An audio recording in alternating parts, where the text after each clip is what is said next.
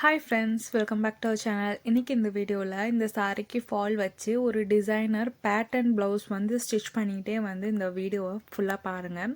நான் வளவலன்னு இதில் என்ன பண்ணிகிட்ருக்கேன் அப்படின்னு சொல்ல போகிறதில்ல. ஆக்சுவலி இந்த வீடியோ எதுக்காக நான் பண்ணியிருக்கேன் அப்படின்னா, வீட்டில் இருக்கக்கூடிய பெண்கள், நம்ம ஹஸ்பண்டுக்கு ஃபைனான்ஷியலி ஹெல்ப் பண்ணணும்னு நினைக்கிறவங்க, இல்லை ஹஸ்பண்டோட சம்பாத்தியத்தில் மட்டுமே இருக்கிறோமே, நம்மளும் வேலைக்கு போகணுன்னு நினைக்கிறவங்க, குழந்தைங்க இருக்காங்க, நாங்கள் ஃபேமிலியில் 3 பேர் தான், குழந்தை இருக்குது, ஆனால் என்னால் வேலைக்கு போக முடியாது, வீட்டை பார்த்துக்கணும் அப்படின்னு நினைக்கிறவங்களுக்கெல்லாம் வீட்டில் இருந்து எப்படி ஏர்ன் பண்ணலாம், ஸ்டிச்சிங்கே உங்களுக்கு தெரிஞ்சிருந்தாலும் எப்படி ஆன் பண்ணலாம். எனக்கு ஸ்டிச்சிங்கில் அவ்வளோலாம் எதுவும் தெரியாது சிஸ்டர்.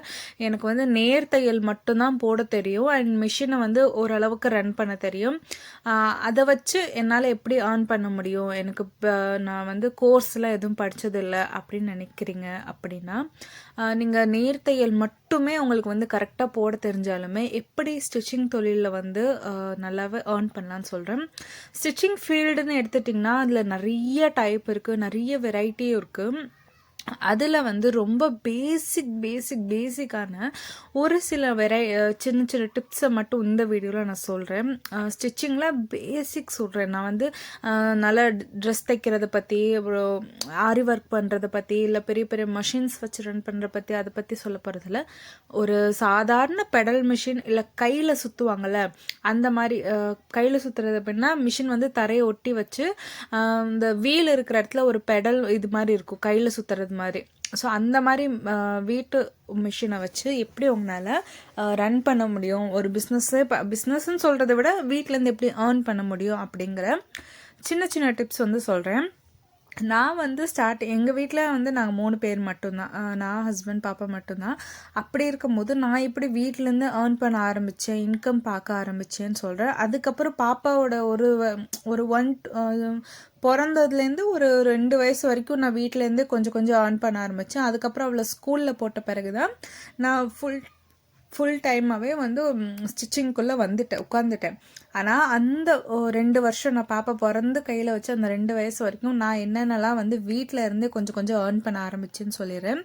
பாப்பா பிறந்தது பார்த்திங்கன்னா லாக்டவுன் டைம். ஸோ அந்த டைமில் வேலை இல்லாட்டியும் எனக்கு தெரிஞ்ச ஸ்டிச்சிங்கை வச்சு நான் வீட்டில் கொஞ்சமாச்சும் ஏர்ன் பண்ண ஆரம்பித்தேன். அட்லீஸ்ட் உங்களால் மந்த்லி எக்ஸ்பென்சஸில் எல்லா பூர்த்தியும் பண்ண முடியாட்டியும் அட்லீஸ்ட் ஒரு க்ரோசரி வாங்குறதா இருக்கட்டும், இல்லை ஒரு கரண்ட் பில் கட்டுறது, ஒரு ஃபீஸ் கட்டுறது, அந்த மாதிரி சின்ன சின்ன வேலைகளையாச்சும் உங்களால் அந்த இதுக்கு வந்து உங்களால் உங்கள் சைட்லேருந்து மணி கொடுத்தாலே அதுவே போதும். பெருசாக நீங்கள் வந்து வீட்டு செலவுகளில் பாதிக்கு பாதி எடுக்க முடியாட்டியும், அதாவது ஏதோ ஒரு சின்ன செலவையாச்சும் உங்களோட பணத்தை கொடுத்து நீங்கள் அதை வந்து ஈடு கட்டுறீங்கன்னா அதுவே வந்து ஒரு சக்ஸஸ்ன்னு தான் சொல்லுவேன். வீட்டில் இருந்துகிட்டே நீங்கள் செய்கிறீங்கன்னா அதுவே ஒரு சக்ஸஸ். ஸோ அந்த இதில் பார்க்கும்போது, அந்த கேட்டகரியில் பார்க்கும்போது, வீட்டில் இருந்து ஒரு நேர் தையல் மட்டும் தைக்க தெரிஞ்ச அதில் என்ன பிஸ்னஸ் பண்ணலான்னு பார்த்தீங்கன்னா, பழைய துணியை வந்து அடித்து கொடுக்கறது. பழைய துணினா ரொம்ப போய் கிழிஞ்சு போன துணியெல்லாம் அடிக்கிறது சொல்லலை. அப்படியே ஒரு வேளை நீங்கள் பழைய துணி வந்தாலும் தயவு செஞ்சு அந்த மாதிரி பண்ணாதீங்க. ஏன்னா மிஷின்கிறது ஒரு சாமி மாதிரி தான் நம்ம பார்க்குறோம். அப்படி இருக்கும்போது ஒரு தையல் விட்டு போன துணியாக இருக்கட்டும், இல்லை ஒரு ஓரம் அடித்து கொடுக்குறதா இருக்கும், அது பண்ணலாம். ஆனால் கிழிஞ்சு போய் போன துணியெல்லாம் வந்து கொடுத்தாங்கன்னா தயவு செஞ்சு வாங்காதீங்க. அது வந்து நீங்கள் உங்கள் கடவுளை வந்து அவமானப்படுத்துகிற மாதிரி, அந்த மிஷினை நம்ம அவமானப்படுத்துகிற மாதிரிங்கிற மைண்டில் வச்சுக்கோங்க. நான் பழைய துணிகளில் தைக்கணும்னு சொல்கிறது ஒரு தையல் விட்டு போன துணி, அந்த மாதிரி துணி. அப்புறம் பிரித்து விட்டு ஒரு தையல் எக்ஸ்ட்ரா போட்டு தர சொல்லுவாங்களே, அந்த மாதிரி துணி. இல்லை ஒரு புது துணி கொடுக்குறாங்க, சைடில் ஒரு நைட்டி கொடுக்குறாங்க, அது சைடில் மட்டும் ஓரம் அடித்து கொடுக்க சொல்லுவாங்களே, ஒரு 2 தையல் ஒரு தையல், அந்த மாதிரி துணி தான் சொல்கிறேன் நான் பழைய துணின்னு. மித்தபடி நான் கிழிஞ்ச துணி, போன துணி அதெல்லாம் வந்து நான் சொல்லவே மாட்டேன். இந்த மாதிரி துணி இருக்குன்னா அதை வந்து நீங்கள் உங்களுக்கு தெரிஞ்ச அந்த நேர் தையலை வச்சே நீங்கள் வந்து அந்த துணியை வந்து செஞ்சு கொடுத்துக்கலாம். ஃபிட்டிங் பண்ணியோ இல்லை ஒரு தையலோ போட்டு கொடுக்கலாம். அதுக்கு உங்களுக்கு நேர் தையல் தெரிஞ்சால் மட்டுமே போதும். அதிக தையல் வந்து அதுக்கு எந்த இதுவும் போட வேண்டிய அவசியம் இருக்காது. இப்படி இருக்கும்போது நீங்கள் எப்படி அதை வெளியில் வந்து நான் சொல்லுறது, எனக்கு இந்த மாதிரி தையல் ஆல்ட்ரேஷன் வந்து பண்ணித்தர முடியும். முந்தைய டைம்லலாம் பார்த்தீங்கன்னா பழைய துணிகள் தைத்து கொடுக்கப்படும், கிழிஞ்ச வெட்டை அந்த மாதிரிலாம் வந்து படத்துலலாம் பார்த்துருக்கேன். அந்த மாதிரி சீன்ஸ்லலாம் இந்த மாதிரி போர்டு மாட்டி அந்த மாதிரி சொல்லுவாங்க. பட் இப்போ உள்ள ஜென்ரேஷன் வந்து கொஞ்சம் மாறினால ஆல்ட்ரேஷன் செய்து தரப்படும். அப்படின்னு அந்த தச்சு தர்றதே ஆல்ட்ரேஷன் மாற்றிக்கிட்டாங்க இப்போ உள்ளது மாடர்னுக்கு ஏற்ற மாதிரி. ஸோ நம்மளும் அதுக்கு ஏற்ற மாதிரி தானே மாற்றிக்கணும். அப்படி இருக்கும்போது நீங்கள் உங்கள் வீட்டுக்கு வெளியில், அதாவது நீங்கள் வாடகை வீட்டில் இருந்தாலும் சரி, சொந்த வீட்டில் இருந்தாலும் சரி, வீட்டுக்கு வெளியில் ஒரு சுவத்தில் முடிஞ்ச அளவுக்கு எழுத முடிஞ்சால் பாருங்கள். அப்படி சுவத்தில் எழுதுறதுக்கு முடியாது அப்படின்னா ஒரு சின்ன அட்டை இருக்குது பாருங்கள். சின்னதாக பழைய பொருட்கள் போடுற கடைகளெல்லாம் அட்டை கிடைக்கும். இந்த மாதிரி ஒரு அட்டையில் ஆல்ட்ரேஷன் செய்து தரப்படும் குழந்தைங்கள் மற்றும் லேடிஸ்க்கு அப்படின்னு. உங்களுக்கு ஜென்ஸு ட்ரெஸ்ஸும் பண்ண தெரிஞ்சுன்னா நீங்கள் அதையும் எழுதிக்கலாம், ஜென்ஸு லேடிஸ் குழந்தைங்களுக்கு அப்படின்னு. இல்லை லேடிஸ்க்கும் குழந்தைங்களுக்கு மட்டும்தான் பண்ணுறீங்கன்னா லேடிஸ் மற்றும் குழந்தைகள்னு போட்டுட்டு கீழே உங்கள் காண்டாக்ட் நம்பர் கொடுக்குறோன்னு நினச்சிங்கன்னா கொடுக்கலாம், இல்லைன்னா அது உங்கள் இஷ்டம். இந்த மாதிரி செய்து தரப்படும் அப்படின்னு நீங்கள் வந்து எழுதி மாட்டலாம். இல்லை அவ்வளோ செலவு பண்ண முடியலன்னா ஒரு 10 ரூபாய்க்கு ஸ்லேட் இருக்குது பாருங்கள். ஸ்லேட்டு கூட சின்னது தான். அதை விட நீங்கள் வந்து கார்ட்போர்ட் பாக்ஸ் எல்லாம் இருக்கும்ல, அந்த மாதிரி கார்ட்போர்ட் பாக்ஸில் ஒரு சைடு மட்டும் கட் பண்ணி எடுத்துகிட்டு அதில் சார்ட் பேப்பர் ஒட்டி ஒரு 10 ரூபா செலவாகும் மிஞ்சி மிஞ்சி போனால்.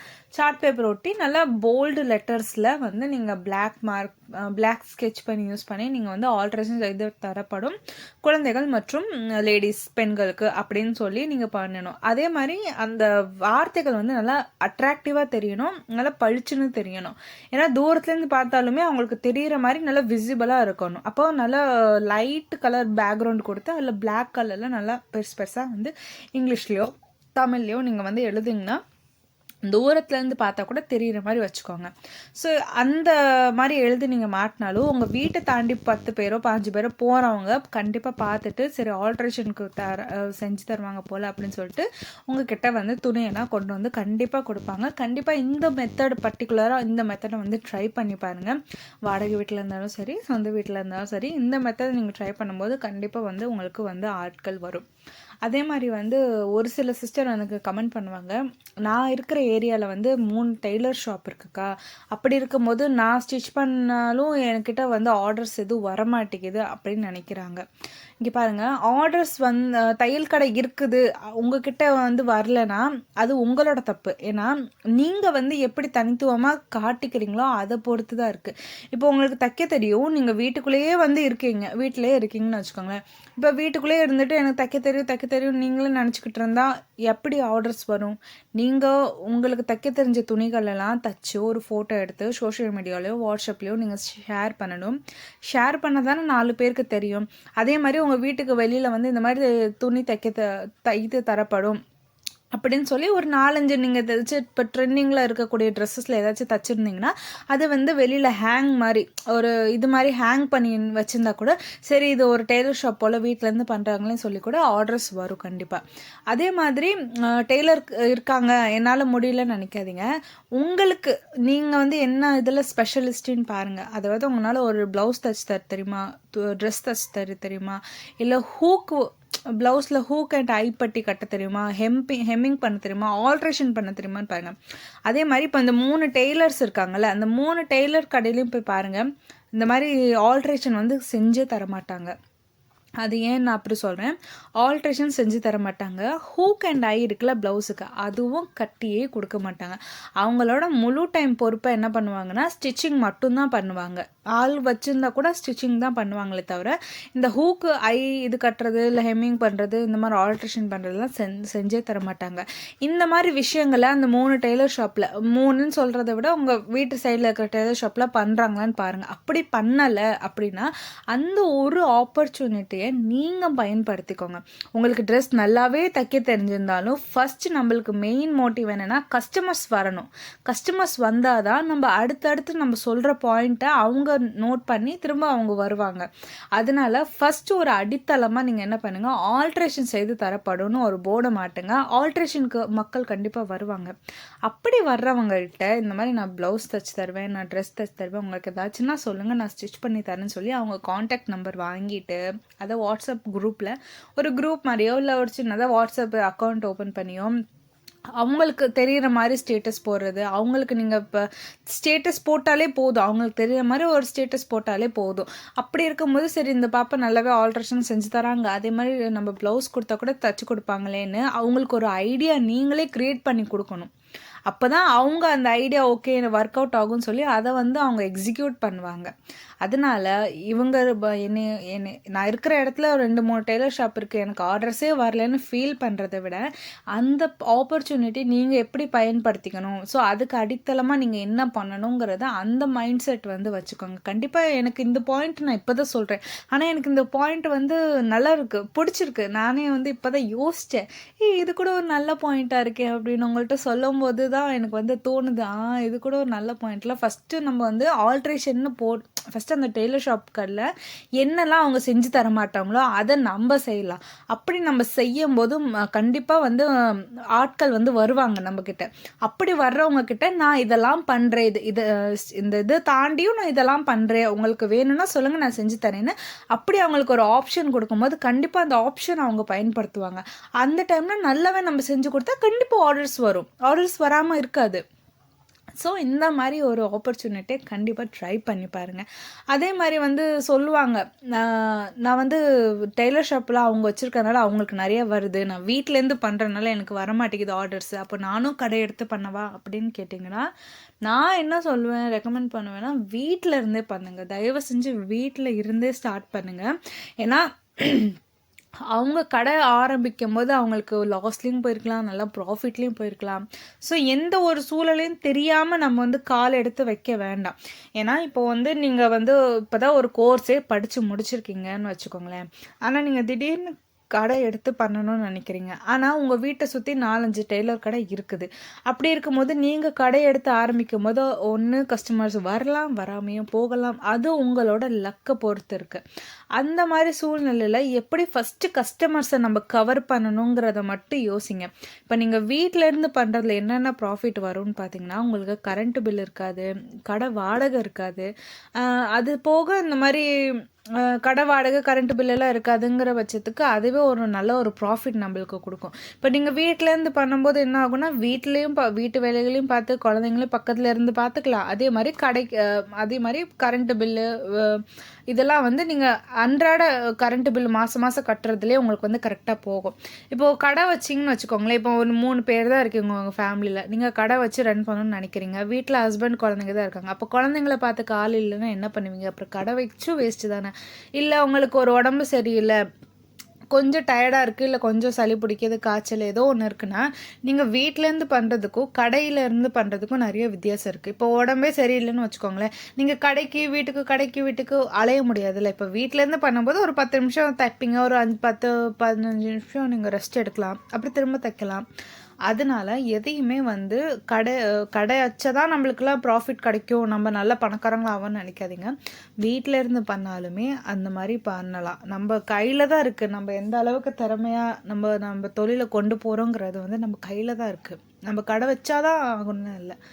அதே மாதிரி கடை வைக்கணும், வீட்டிலே வந்து கடை மாதிரி செட்டப் பண்ணணும்னா அதுக்கு என்னெல்லாம் தேவைன்னா, ஒரு தையல் மிஷின் வைக்கிற அளவுக்கு உங்கள் வீட்டில் இடம் இருக்கான்னு பாருங்கள். அது போக கட்டிங் பண்ணுறதுக்கு கொஞ்சம் இடம், ஒரு ப்ளவுஸ் கட்டிங்னா கூட டேபிள் மேலே வச்சு பண்ணிடலாம். ஆனால் ஒரு ட்ரெஸ்ஸோ இல்லை வேறு ஏதாச்சும் கட்டிங் பண்ணணும்னா கொஞ்சம் இட வசதி லைட்டாக இருக்கிற மாதிரி பாருங்கள். அதே மாதிரி மிஷினை ஒட்டி செல்ஃப் இருக்கிறான்னு பாருங்கள். செல்ஃப் வந்து ரொம்ப முக்கியம்.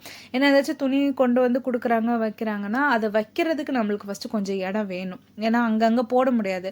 ஏன்னா பிகினிங் ஸ்டேஜில் நம்ம துணியை மாற்றிட்டோம்னா அது பெரிய சிக்கலாக போயிடும். அதனால் செல்ஃப் இருக்கான்னு பாருங்கள், ஒரு மிஷின் வைக்கிற அளவுக்கு இடம் இருக்குதான்னு பாருங்கள். அது போக ஒரு அந்த மிஷின் வைக்கிற அளவுக்கு இன்னும் கொஞ்சம் இடம் இருக்கான்னு கொஞ்சம் பார்த்துக்கோங்க. இது எல்லாம் இருந்தாலே போதும், வீட்டில் இருந்து கூட நீங்கள் ஒரு கடை செட்டப்பில் வந்து நீங்கள் தைக்கிற தையல் தொழிலை வந்து நீங்கள் ஆரம்பிக்கலாம். இந்த மெத்தடையும் ட்ரை பண்ணுங்கள், சரிங்களா? அது போக வந்து என்னென்னா, நான் ஒரு என்ன சொல்கிறது, முன்னாடிலாம் பார்த்தீங்கன்னா ஆல்ட்ரேஷன் பண்ணுறதுக்கு வந்து என்னென்னா, ஒரு சைக்கிளில் பழைய வயசான தாத்தா வந்து சைக்கிளில் நம்ம பின் சீட்டு இருக்குல்ல, அந்த பின் சீட்டு மேலே தையல் மிஷின் வச்சுட்டு வீதியாக வருவாங்க. இந்த மாதிரி பழைய துணி தைச்சி தரோம், பழைய துணி தைச்சி தரோம், அந்த மாதிரி சொல்லிகிட்டே வருவாங்க. பட் அந்த லாக்டவுனுக்கு அப்புறம் பார்த்திங்கன்னா அந்த மாதிரி நான் பார்க்குறதே விட்டுட்டேன். அந்த மாதிரி யாரையுமே நான் வந்து பார்க்கல. இன்னும் லாக்டவுனுக்கு முன்னாடி கூட அந்த மாதிரி பார்த்துருக்க ஒரு தாத்தா வந்து வருவார்.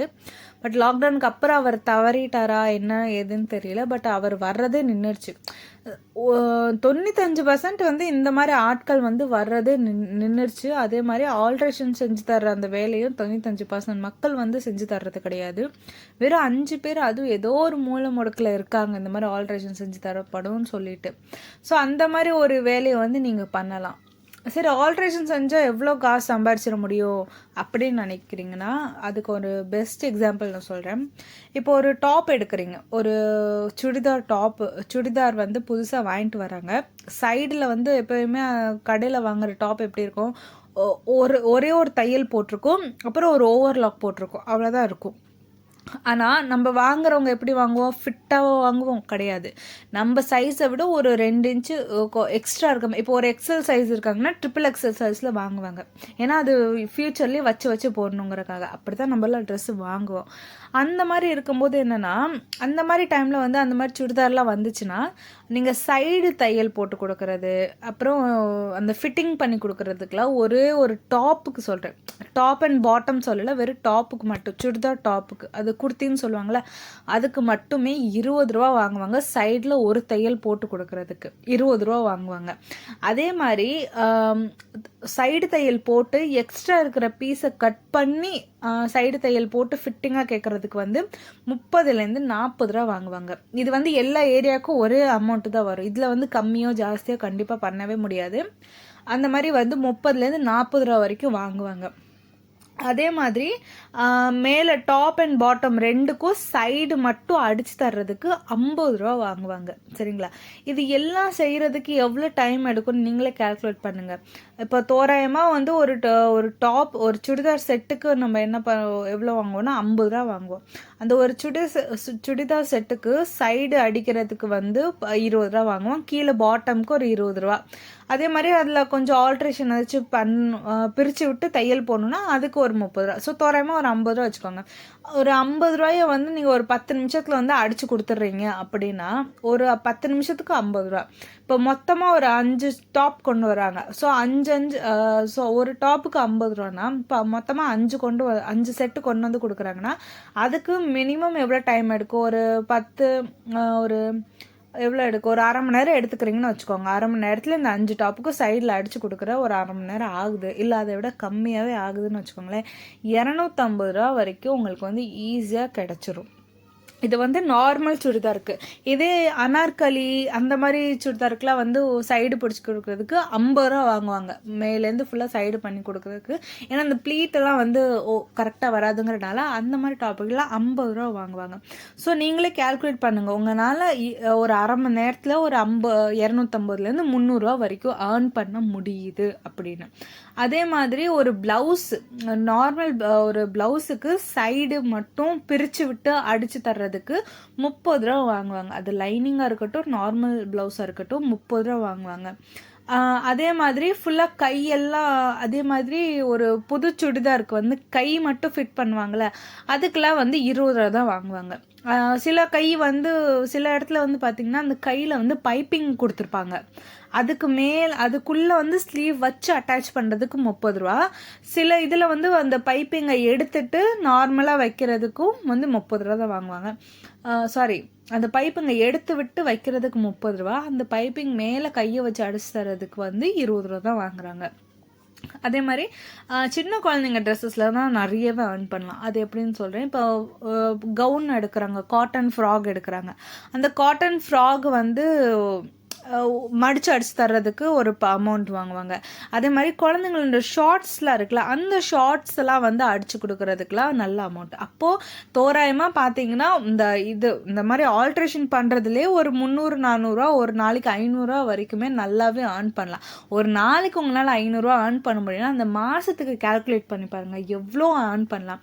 அந்த மாதிரி வந்து இதில் மட்டுமே பண்ண முடியுமானா, அப்படி உங்ககிட்ட கஸ்டமர்ஸ் வருவாங்கல்ல ஆல்ட்ரேஷன் பண்ண, அவங்கக்கிட்டேயே வந்து ப்ளவுஸ் ஆர்டரு, இந்த மாதிரி ஆர்டர் கூட தைக்க தெரிஞ்சவங்களுக்கு சொல்கிறேன். தைக்க தெரியலனா நீங்கள் இந்த ஆல்ட்ரேஷன் ஒர்க்லேயே நல்லாவே ஏர்ன் பண்ணலாம். அதே மாதிரி லுங்கி முட்டி கொடுக்குறது, இந்த மாதிரி விஷயங்கள் எல்லாம் வந்து சூப்பராக தாராளமாக பண்ணலாம். நல்லாவே ஒரு அமௌண்ட் இருக்குது இதுக்கெலாம்.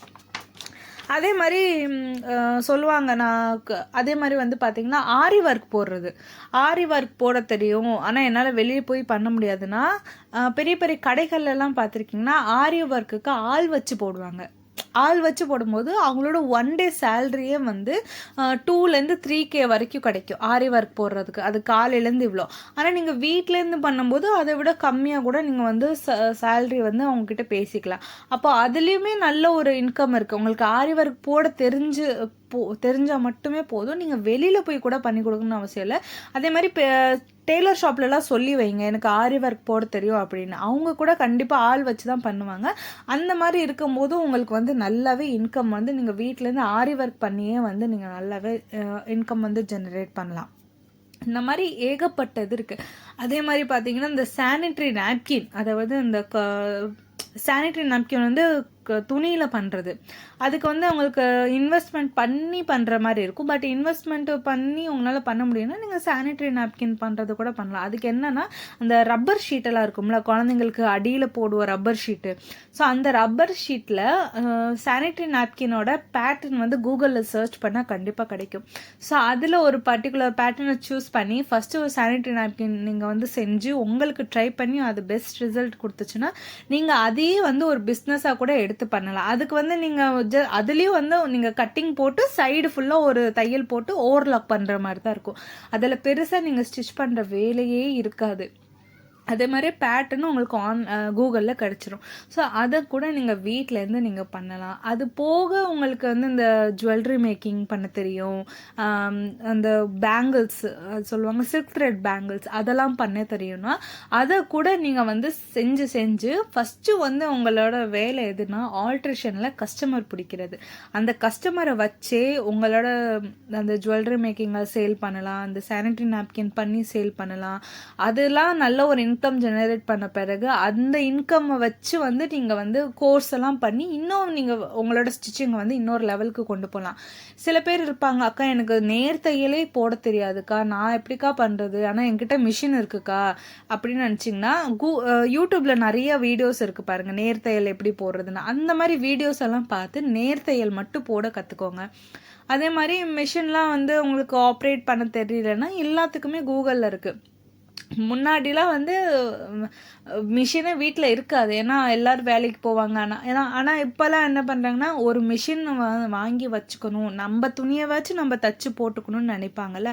ஸோ அந்த மாதிரி இருக்கிறவங்க ஒரு பேசிக் மிஷின் ஒரு 5000 ரூபாய் செலவு பண்ணி வாங்கி வச்சுக்கிட்டு நீங்கள் அது மூலயமா நல்ல இன்கம் ஜெனரேட் பண்ணி அதுக்கப்புறம் நீங்கள் வந்து நெக்ஸ்ட் லெவலில் நம்மளோட ஸ்டிச்சிங் தொழிலை கொண்டு போகிறோன்னு நினைக்கிறீங்கன்னா நல்ல டெய்லரிங் கோர்ஸ் பார்த்து கற்றுக்கோங்க. அது கற்றுக்கிட்டு அதுக்கப்புறம் நீங்கள் ஆல்ரெடி கஸ்டமர்ஸ் வச்சுருப்பீங்கள்ல, அந்த கஸ்டமர்ஸ்கிட்ட உங்களுக்கு ப்ளவுஸ் தைக்க தெரியும், ட்ரெஸ் தைக்க தெரியும் அப்படின்னு சொல்லி அது மூலயமா உங்கள் பிஸ்னஸை கொஞ்சம் கொஞ்சமாக டெவலப் பண்ணுங்கள். இதெல்லாம் ஒரு 2 வருஷம் வரைக்கும் பண்ணணும். அதுக்கப்புறம் குழந்தைய வந்து 2 வருஷம் வரைக்கும் குழந்தை இருக்குன்னு வச்சுக்கோங்களேன், அந்த 2 வருஷம் வரைக்கும் நீங்கள் இந்த ஆல்ட்ரேஷன் வேலை பாருங்கள். குழந்தைய கொண்டு போய் ஸ்கூலில் விட்டோன்னே ஒரு நல்ல டைம் கிடைக்கும். அந்த டைமில் வந்து நீங்கள் அடுத்து அந்த ஸ்டிச்சிங் வந்து கற்றுக்கோங்க, ஆன்லைன்லையோ இல்லை கிளாஸ் போயோ கற்றுக்கிட்டு அதுக்கப்புறம் நீங்கள் படிப்படியாக வந்து உங்களோட இதை வந்து பண்ணுங்கள். இது எல்லாமே நீங்கள் வீட்டில் இருந்தே பண்ணலாம். இதுக்கெல்லாம் நீங்கள் வீடை தாண்டி போகணுங்கிற அவசியமே இருக்காது. இதில் சொல்லக்கூடிய டிப்ஸ் எல்லாம் வந்து ரொம்பவே சின்ன டிப்ஸ் தான், கண்டிப்பாக ஃபாலோ பண்ணலாம். 10 கடை இருக்குன்னா 10 தையல் கடை இருந்தாலும் ஒரு ஆல்ட்ரேஷன் கடை அங்கே இருக்குதுன்னா அந்த 10 தையல் கடையை விட ஆல்ட்ரேஷன் கடைக்கு தான் நிறைய கஸ்டமர்ஸ் வருவாங்க, நான் அடித்து சொல்கிறேன். ஏன்னா நான் கூட யோசிப்பேன், நம்ம வந்து இப்போ ஆல்ட்ரேஷன்லாம் பண்ணக்கூடாது, நம்ம வந்து கொஞ்சம் ப்ரொஃபஷ்னல் டெய்லராக வந்துட்டோம். அதே மாதிரி பேசிக் இப்போ பொதுவாக பார்த்திங்கன்னா ப்ரொஃபஷ்னல் டெய்லர்ஸ் யாருமே வந்து ஸ்டிச்சிங் மட்டும்தான் பண்ணுவாங்க. அவங்களுக்கு வந்து ஆல்ட்ரேஷன் பண்ண பிடிக்காதுன்னு சொல்கிறத என்னன்னு தெரியல. அவங்களுக்கு வந்து அந்த புது துணியை கட் பண்ணுறது, புது துணியை தைக்கிறது, புதுசாக டிசைன் க்ரியேட் பண்ணுறது, அந்த மாதிரி மைண்ட் செட் இருக்கும்போது இந்த மாதிரி சின்ன வேலைகளை பண்ண மாட்டாங்க. நானே கூட யோசிப்பேன், நம்மலாம் வந்து புது துணி மட்டும்தான் தைச்சி கொடுக்கணும், புதுசாக தான் நம்ம எல்லாம் பண்ணணும், நம்ம வந்து வாங்கக்கூடாது ஆல்ட்ரேஷனுக்கு அப்படின்னு நினைப்பேன். ஆனால் ஒரு நார்மல் ப்ளவுஸ் தைக்க 45 நிமிஷம் ஆகும். ஒரு நார்மல் ப்ளவுஸ் தைக்க. அந்த 45 நிமிஷத்துக்கு எனக்கு ஒரு நார்மல் ப்ளவுஸ்க்கு வந்து 120 ரூபா கிடைக்கிது. ஆனால் சில இடத்துல கம்மியாக கூட கிடைக்கும். அந்த 120 ரூபா அந்த 45 நிமிஷம் உட்காந்து நான் தச்சு ஊக்கு வைக்க எனக்கு ஆகும். ஆனால் அதே 45 நிமிஷத்தில் நான் ஆல்ட்ரேஷன் வேலை மட்டுமே பண்ணால் ஒரு 300 சம்பாதிச்சுட்டு போயிடலாம். அப்போ 120 ரூபா எங்கே இருக்குது, 300 எங்கே இருக்குது? இதை வந்து நான் நிறைய டைம் யோசிச்சிருக்கேன். பண்ணலாம். அதே மாதிரி நான் வந்து பழைய வெட்ட துணியெல்லாம் தைக்க மாட்டேன். அப்படியே ஒரு வேளை எனக்கு நான் ஃப்ரீயாக இருக்கிற டைமில் ஆல்ட்ரேஷனுக்கு துணி வந்துச்சுன்னா கண்டிப்பாக நான் வாங்கி பண்ணுவேன். ஏன்னா சும்மா இருக்கிற டைமில் நம்மளுக்கு வந்து வேலை இல்லாத போது எனக்கு ஆல்ட்ரேஷனுக்காச்சும் ஒரு துணி வருதுன்னா அந்த 300 நான் அதில் சம்பாதிச்சுட்டு போயிடுவேன். ஒரு நாளைக்கு தோராயமாக ஒரு 500 நான் சம்பாதிச்சா கூட எனக்கு அதுவே ஒரு பெரிய இதுவாக தான் நான் பார்ப்பேன். அது அந்த பிகினிங் ஸ்டேஜில். இப்போ கடல் புண்ணியத்தில் நல்லபடியாக போயிட்டுருக்கு, அது வேறு விஷயம். ஆனால் அந்த பிகினிங் ஸ்டேஜில் ஒரு 500 நம்ம சம்பாதிக்கிறோன்னா அது எனக்கு வந்து பெருமை. ஏன்னா நான் ஹஸ்பண்டோட சம்பாத்தியத்தை மட்டுமே நம்பி இருக்கேன், எனக்கு வந்து ஏர்ன் பண்ணணும்னு நினைக்கிறேன் அப்படிங்கிறவங்க ஒரு ரூபா சம்பாதிச்சாலும் அது அவங்களுக்கு லட்ச சம்பாதிச்சதுக்கு ஈக்குவலாக இருக்கும். அதனால் இந்த ஆல்ட்ரேஷன் தொழிலுக்கெலாம் வந்து அதே மாதிரி இந்த தொழில் ஆல்ட்ரேஷன் இருக்குல்ல, இந்த தொழிலுக்கு போட்டி போடுறதுக்கு ஆட்களே கிடையாது. இதையும் நான் அவங்களுக்கு எழுதி கொடுக்குறேன்.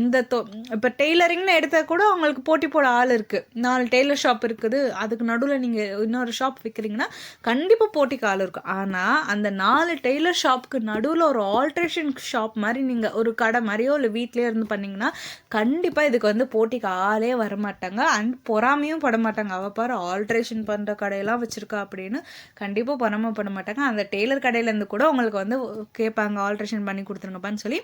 கொஞ்சம் நீங்கள் வந்து அந்த டெய்லர் ஷாப்போடு சேர்ந்து கொஞ்சம் பேசி வார்த்தை வச்சுருந்தீங்கன்னா அவங்க கூட அந்த ஆர்டர்ஸ்லாம் உங்கள் சைடு மாற்றி விட்டு ஒரு நல்ல கமிஷன் கூட அவங்க பார்த்துப்பாங்க. கண்டிப்பாக கமிஷன் பார்ப்பாங்க, பார்க்காமலாம் இருக்க மாட்டாங்க. அந்த மாதிரி பார்ப்பாங்க. அதே மாதிரி உங்களுக்கு ஹூக் வைக்க தெரியும், ஹெம் பண்ண தெரியும், அந்த மாதிரி சொல்லி நீங்கள் கடையில் போய் சொல்லியிருந்தா கூட கண்டிப்பாக அதுக்கும் உங்களே தான் ரெஃபர் பண்ணுவாங்க. 10 ப்ளவுஸ் தைச்சு அந்த 10 ப்ளவுஸ் மொத்தமாக கொடுத்து ஹூக் வைக்க சொல்லி தராங்கன்னா அதுக்கு நீங்கள் எவ்வளோ ஏர்ன் பண்ணலாம். அதே மாதிரி ஒரு சாரிக்கு முந்தி அடித்து ஃபால்ஸ் வைக்கிறதுக்கு ஒரு 100 ரூபா வாங்குறாங்க. ஒரு இடத்துல பேசிக்காக 100 ரூபா வாங்குறாங்க. அதே வந்து நீங்கள் ஒரு சாரிக்கு ஃபால் வச்சு முந்தி அடிக்கிறதுக்கு ஒரு 1/2 மணி நேரம் ஆகுதுன்னா ஒரு 5 மணி நேரம் உட்காந்து நீங்கள் வந்து பண்ணுறீங்க ஒரு 10 சாரிக்குன்னா அதுவே எவ்வளோ ஒரு இன்கம், அதையும் வந்து பாருங்கள். அதனால் இந்த தொழில் வந்து ஆல்ட்ரேஷன்லாம் பண்ணி தான் நம்ம நல்லாவே படிச்சிருந்தாலும் கஸ்டமர் ஃபஸ்ட்டு கிடைக்கிற வரைக்கும் நீங்கள் சின்ன சின்ன வேலையெல்லாம் பார்த்து தான் ஆகணும். இப்போ நீங்கள் ஒரு கடையில் டெய்லர் ஷாப்புக்கு வேலைக்கு போய் சேர்றீங்கன்னா எடுத்தோன்னே உங்களுக்கு புது துணி கொடுத்துருவாங்களா, கட் பண்ணுங்க தைங்கன்னு? கண்டிப்பாக கொடுக்க மாட்டாங்க. ஃபஸ்ட்டு ஹூக்கு வைக்க கொடுப்பாங்க, அப்புறம் ஹெம்மிங் பண்ண கொடுப்பாங்க, பட்டன் வைக்க கொடுப்பாங்க. இதை தான் வந்து ஃபஸ்ட்டு உங்களுக்கு கொடுப்பாங்க. ஏன்னா ஃபஸ்ட்டு உங்களுக்கு அந்த வேலையை ஒழுங்காக தெரியுதான்னு செக் பண்ணுறதுக்கு கொடுப்பாங்க. அதுக்கப்புறம் அந்த வேலையில் நல்ல ஒரு ஸ்பீடு வந்து கை நல்ல ஸ்பீடாக வந்த பிறகு தான் உங்களுக்கு புது துணி கட் பண்ணுறது, ப்ளவுஸ் கட் பண்ணுறது அதெல்லாம் பக்கத்துலேருந்து சொல்லி கொடுப்பாங்க. அதனால் எந்த தொழிலும் வந்து நம்மளுக்கு வராது, நம்மளுக்கு ரொம்ப அசிங்கம் அப்படிலாம் பார்க்காதீங்க. கண்டிப்பாக இந்த ஆல்ட்ரேஷன் வேலையை வந்து ஒரு இதுவாக வந்து எடுத்து பாருங்கள். இவ்வளோ நேரம் நான் பேசினதில் ஏதாச்சும் இந்த வீடியோ பார்க்குறவங்க ஒரு மோட்டிவேட் ஆகிருப்பீங்க, சரி நம்மளும் செய்ய ஆரம்பிக்கலாம் அப்படின்னு நினச்சிங்கன்னா கண்டிப்பாக பண்ணுங்கள். இதுக்கு வந்து பெருசாக ஆட்களே வரமாட்டாங்க. அண்ட் இது ஒரு நல்ல ஒரு மோட்டிவேஷனாக ஹவுஸ் ஒய்ஃப்க்கு இருக்குன்னு நான் நம்புகிறேன். இவ்வளோ நேரம் பார்த்ததுக்கு ரொம்பவே நன்றி.